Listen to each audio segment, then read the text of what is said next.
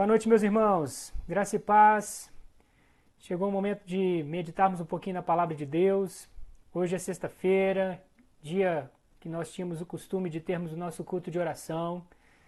E hoje nós teríamos um culto na sexta igreja e nós sabemos que por um contratempo com relação à internet lá da igreja, nós não pudemos estar ali presentes online.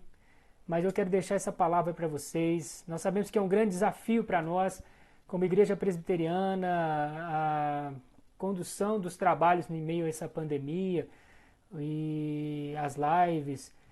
Então é um desafio muito grande que nós não estávamos muito acostumados. Estava até conversando com Vinícius essa semana sobre esse assunto.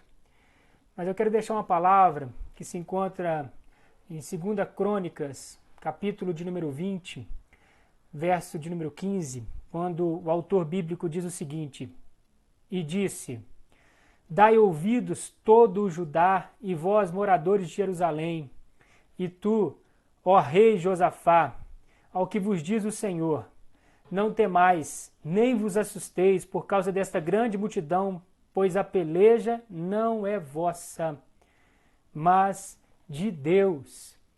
Essa palavra é muito importante, muito especial. Josafá estava passando uma situação muito difícil.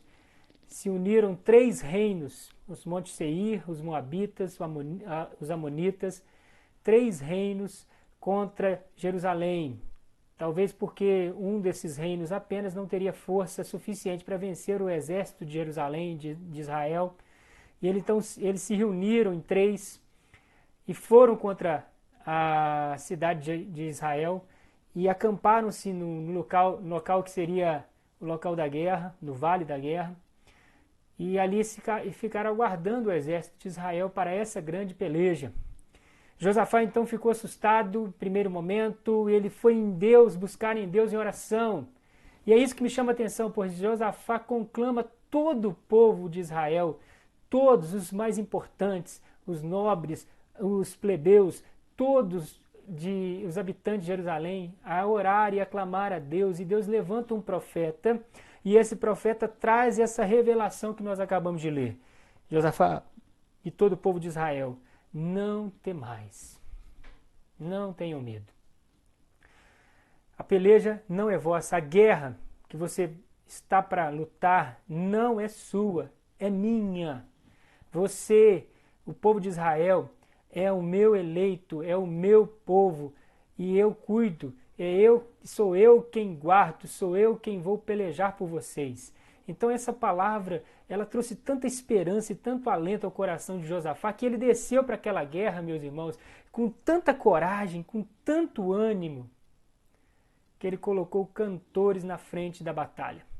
Ele desceu, ao invés de estar com os melhores guerreiros, mais corajosos, na frente da peleja, com a infantaria, como nós assim falamos, né, no nosso cotidiano de hoje. Ele colocou cantores com flautas, com instrumentos nas mãos de sopro, e ali eles cantavam e eles tocavam e diziam: a sua misericórdia, Senhor, dura para sempre, bom é render graças ao Senhor. E assim eles foram para a peleja. E quando lá chegaram, o que aconteceu foi que não tinha guerra mais. Não tinha mais exército ali levantado, pois eles se degladiaram. O Deus colocou confusão no meio daqueles 3 exércitos, que eles mesmos se mataram. Pois a peleja não era de Israel. A peleja não é sua. Hoje eu experimentei algo muito interessante. Acabei de receber uma mensagem. Cheguei agora da sexta e olhei o celular, o WhatsApp, recebi uma mensagem de uma senhora e ela me deu uma mensagem agradecendo a sétima. O que aconteceu? Eu vou contar esse testemunho para você rapidamente. Essa senhora pegou um Uber desesperada, atrás de alguma solução, pois eles estavam sem recursos e ela tem uma mãe com Alzheimer dentro de casa que precisa de fralda geriátrica. Então, eles estavam passando muita necessidade, foram atrás de 2 políticos, não conseguiram ajuda. E aí esse motorista de Uber levou ela de volta para o Monte Castelo sem nenhuma ajuda. E ele ficou assim conduído, ele ficou assim, querendo saber como que ele poderia fazer para ajudar. E voltando para o centro da cidade, ele trouxe um dos membros da nossa igreja, da sétima, o Eduardo. E o Eduardo ouviu o desespero daquele motorista, que ele ficou preocupado com aquela senhora.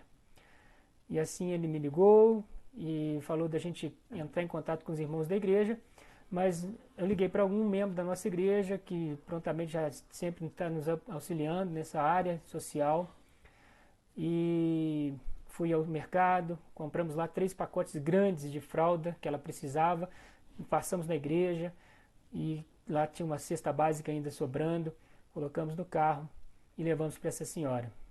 E agora, né, no momento ela agradeceu e agora ela mandou uma mensagem, chorando, emocionada, dizendo, né, o quão importante foi aquilo para ela, para a mãe dela, para o momento que eles estão vivendo. E falou assim a respeito, foi um anjo, foi um anjo que aquele motorista, pois ouviu a prece dela. Na verdade, Deus estava ali ouvindo aquele clamor daquela senhora. Deus está ouvindo o seu clamor. Assim como ouviu o clamor de Josafá, assim como ouviu o clamor do povo de Deus, assim como tem sempre nos ouvido.